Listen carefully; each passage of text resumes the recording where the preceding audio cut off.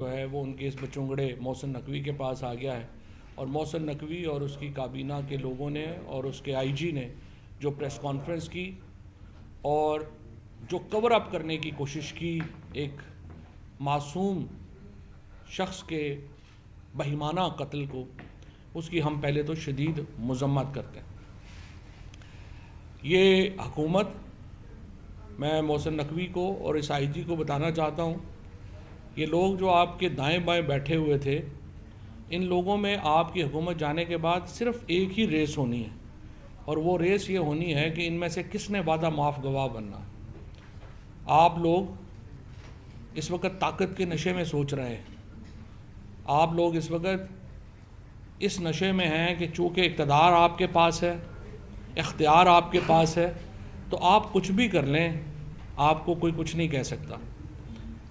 जो कहानी शुरू हुई है पाकिस्तान में जुडिशल कस्टडीज़ में लेके लोगों को टॉर्चर करने की, ये उसका एक नया, और मैं समझता हूँ कि ये एक ऐसा नुक्ता है जिसके बाद जो कहते हैं ना कि जुल्म फिर जुल्म है, बढ़ता है तो मिट जाता है, खून फिर खून है, बहता है तो जम जाता है। और ये जिस तरीके से आपने आज ये कवर अप करने की कोशिश की, ये नई कोशिश नहीं है। अरशद शरीफ की शहादत हुई, हमने देखा बदतरीन तरीके से उसको कवर करने की कोशिश की गई। इमरान खान के ऊपर कातलाना हमला हुआ, जॉइंट इन्वेस्टिगेशन टीम के ज़रिए उस कातलाना हमले को कवर अप करने की कोशिश की गई। और अब ये जो तीसरा बहिमाना वाक़या हमारे सामने आया है, उसमें हम देख रहे हैं कि इसको भी फिर कवर करने की कोशिश जो है वो की जा रही है। आपने सबसे पहले इस हुकूमत की आप देखिए कि इन्होंने किया क्या। जो इलेक्शंस के ज़मन में हमारी रैली थी, एक दिन पहले उस रैली को करने की इजाज़त दी गई। सुबह तक जो है वो इस रैली के लिए इंतज़ामिया लाहौर की जो हमारी तंजीम है उसके साथ राब्ते में थी। अचानक 12 बजे एक हुक्म आता है और दफ़ा 144 नाफिज कर दी जाती है। दफ़ा 144 कभी भी फौरी तौर पे नाफिज नहीं होती, उसके लिए आपको अखबार में नोटिस देना पड़ता है कि यहाँ पे लोग इकट्ठे नहीं होंगे। 12 बजे जब लोग इकट्ठे हो चुके थे, जब वहाँ पर हम रैली के लिए तैयार थे, दफ़ा 144 नाफिज की गई। उसके बाद एक हज़ारों की तादाद में, सैकड़ों की तादाद में जो पुलिस है वो वहाँ पे आती है और वहाँ पर एक बहिमाना तशद्दुद शुरू कर दिया जाता है।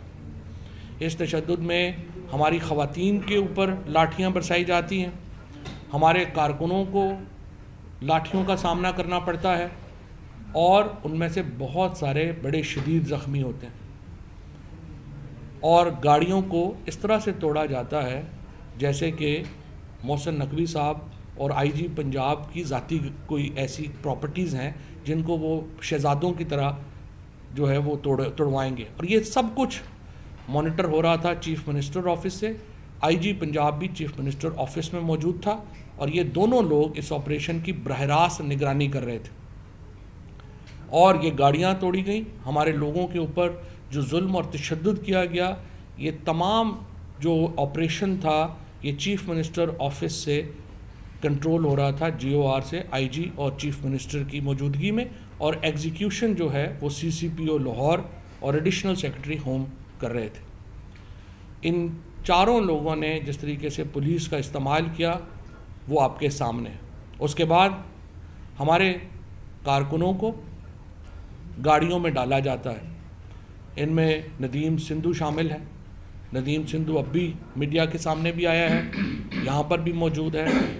उसके भी सर के ऊपर लाठियाँ बरसाई जाती हैं। आपने वो तस्वीरें भी देखी होंगी, एक इफ्तिखार नाम का जो DSP है वो किस तरह से उसको मार रहा है और उसके साथ पुलिस फोर्स, एक आदमी के ऊपर 40 पुलिस वाले हमला करते हैं और सब लाठियों से मुसल्ला है। उसके पैसे छीने जाते हैं, लोगों के वॉलेट्स छीन लिए गए, उनके पास जितने पैसे थे वो वहाँ पे